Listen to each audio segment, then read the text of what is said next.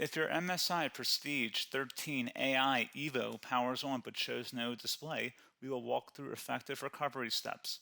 We will repair boot issues, we will restore Windows components, and we will troubleshoot startup failures. A lot of errors pertain to this problem, and we're going to go ahead and jump into what should hopefully be a pretty straightforward process, guys. And we're going to go ahead and jump right into it. First thing I'd recommend doing would be to actually go ahead and boot to the troubleshooting utility on Windows 11. So if you do a hard power off 3 times in a row, Windows should automatically attempt to launch the startup repair utility. And if it doesn't find anything, it will give you the option to select advanced settings, in which case it will take you to a screen that looks like this. Now, if it does not take you to a screen that looks like this, or you're unable to get to that, you can also download the Windows 10 Media Creation Utility, or Windows 11. They probably will make a creation utility for Windows 11 at some point. And it doesn't really matter, you can actually run the Windows 10 utility on Windows 11 as far as I'm aware. And you should be able to run the troubleshooting utilities built in within it. So you just would go ahead and download it to an ISO file and then burn it to a DVD or USB. It'd have to be about 4 gigabytes or more. It couldn't be a small USB flash drive, and it couldn't be a CD. It'd have to be a DVD. And then you'd boot your computer from it. So depending on the computer manufacturer, you'd have to tap a different key on your keyboard in order to launch that menu, in order to select what boot drive you want to go off of. So it could be anything between the escape key, F2, F8, F12, for example, and those are the function keys on the top of your keyboard. So you may have to just do a little bit of trial and error. Shouldn't take you more than a couple minutes. Googling it would probably be best before you even begin. But anyway, we're ready to go ahead and jump right into it. So we're on the choose an option page. So these will look very similar whether you're booting from it directly within Windows itself, or if you're plugged in a USB flash drive with the media creation utility installed and you selected the recovery option. So when you are setting up your Windows 11 installation or Windows 10, depending on the drive you're using, there should be an option to repair your computer in the bottom left corner of the dialog window, one of the first screens that comes up. You go ahead and select that, and then it would take you to a troubleshooting screen like you see here. And you want to go ahead and select troubleshoot, reset your PC, or see advanced options. And then there are going to be a whole bunch of options in here that we're going to explore in today's video. The first one, we're going to actually go underneath advanced options, and then select startup repair, fix problems that keep Windows from loading. So go ahead and select that first.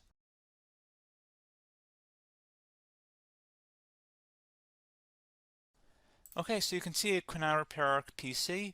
That was our first option we could try. Something else, if we go back into advanced options here, and then select troubleshoot, we're going to go underneath advanced options again. You can go ahead and actually access safe mode by selecting startup settings. And then if you select the restart button, you have the option on the screen, select safe mode with networking, which will give you a key on the screen. It'll tell you which key to press to enter that.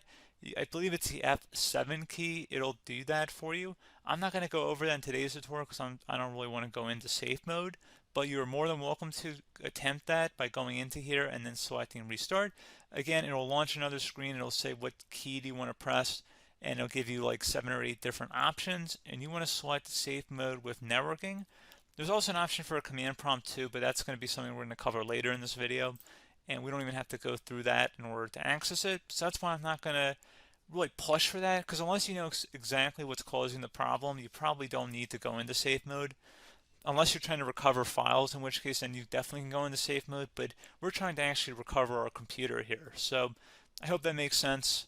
Something else we can also try here as well would be to uninstall updates, remove recently installed quality or feature updates from Windows. So if you go ahead and select that, you can uninstall the latest quality updates, which generally is the more day-to-day updates.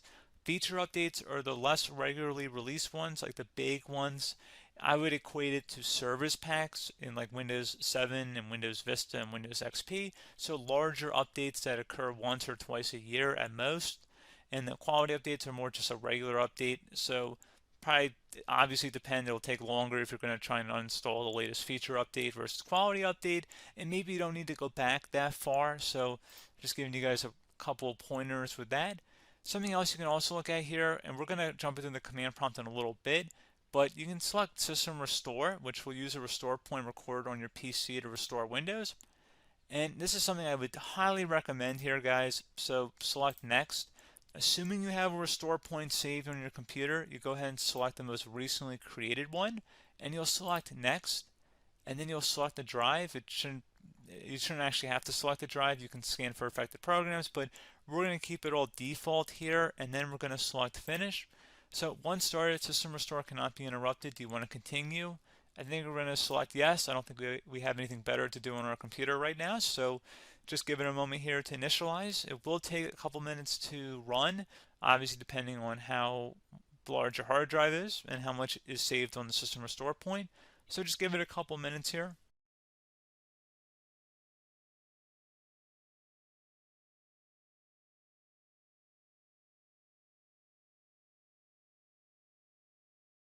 System has been restored successfully. We're going to go over a couple different methods addition to that if that did not work. So I'm just going to pause the video and we're going to start back on the recovery screen that we started with. Okay, so a couple other things we can try here too. If you go back into Troubleshoot, you can select Reset Your PC, let you choose to keep or remove your personal files and then reinstalls Windows. You can select to keep my files, which will remove apps and settings but keeps your personal files. You can also select Remove Everything, which will remove all of your personal files, apps, and settings. So this is more of a factory reset, the second option here. First option, it should not delete all of your personal files. However, it will pretty much clear most of your programs. And keep in mind, there's no guarantee that your information, number one, is even still available and easily recoverable on your computer to the point that you actually would be able to recover anything. And the second point is that there's always a chance that it won't actually recover and it will just do a factory reset anyway. So there's no guarantee that actually would keep your files anyway. So I would recommend trying to get a recovery tool and backing that up first before selecting it anyway. But again, those are a couple different options. And then something else you can try here if you go back to the choose an option. Another option, if you go underneath choose an option and select troubleshoot, advanced options, and now select where it says command prompt. Okay, so the first thing we should do is type our main hard drive here. In most cases, it should be the C drive. So you just do a C colon and then hit enter on your keyboard. So once you're underneath the C drive, we're going to type in dir and then hit enter on your keyboard. It should have program files, users, and Windows all in there. That's how you know you're in the right directory.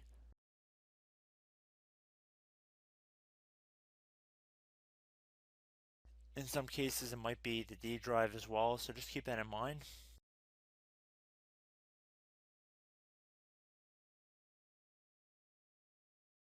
Next thing we're going to do is type in cd space / Windows / system 32 / config, and then you're going to hit enter on your keyboard.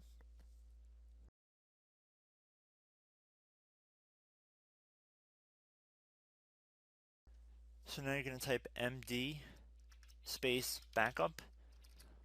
If you've seen other tutorials, it might also say to put down md backup. That's because the backup name is pretty common when you want to back something up. So you can name this whatever you want, doesn't have to be backup. So if you've already made a backup folder in the past, you could do backup 1, for example. So once you're done setting the name you want the backup to be called, hit enter on your keyboard again.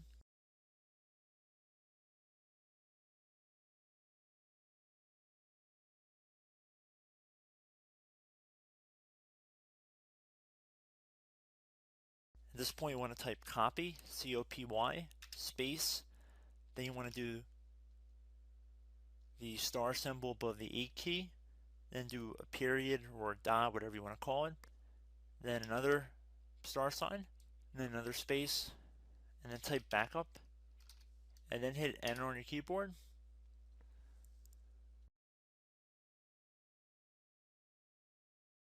Now you want to type cd reg back, REG BACK, and then hit enter on your keyboard.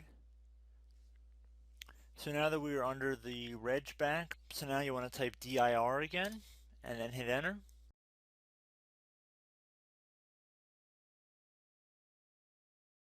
So now at this point we're going to type copy again. So copy, space, star sign,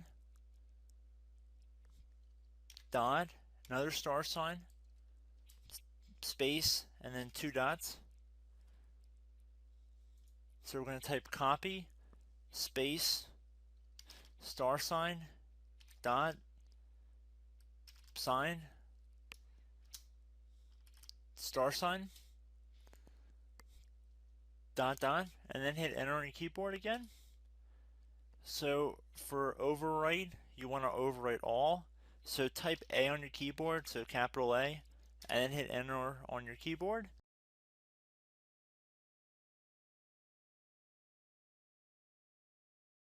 So at this point, you should be good to go. You can close out of the command prompt window, and if you accidentally continue to Windows 10, you should be all set. So I hope one of these 3 or 4 different methods we went through in this tutorial helped you guys out. Again, I'm not sure if you guys heard me earlier, but try to go back into your safe mode if possible and uninstall any programs you know might be conflicting with the Windows startup if you can get into safe mode. So just keep that in mind. Something very simple like that could be blocking up everything. So again, I hope this tutorial helped you guys out, and I will catch you in the next tutorial. Goodbye.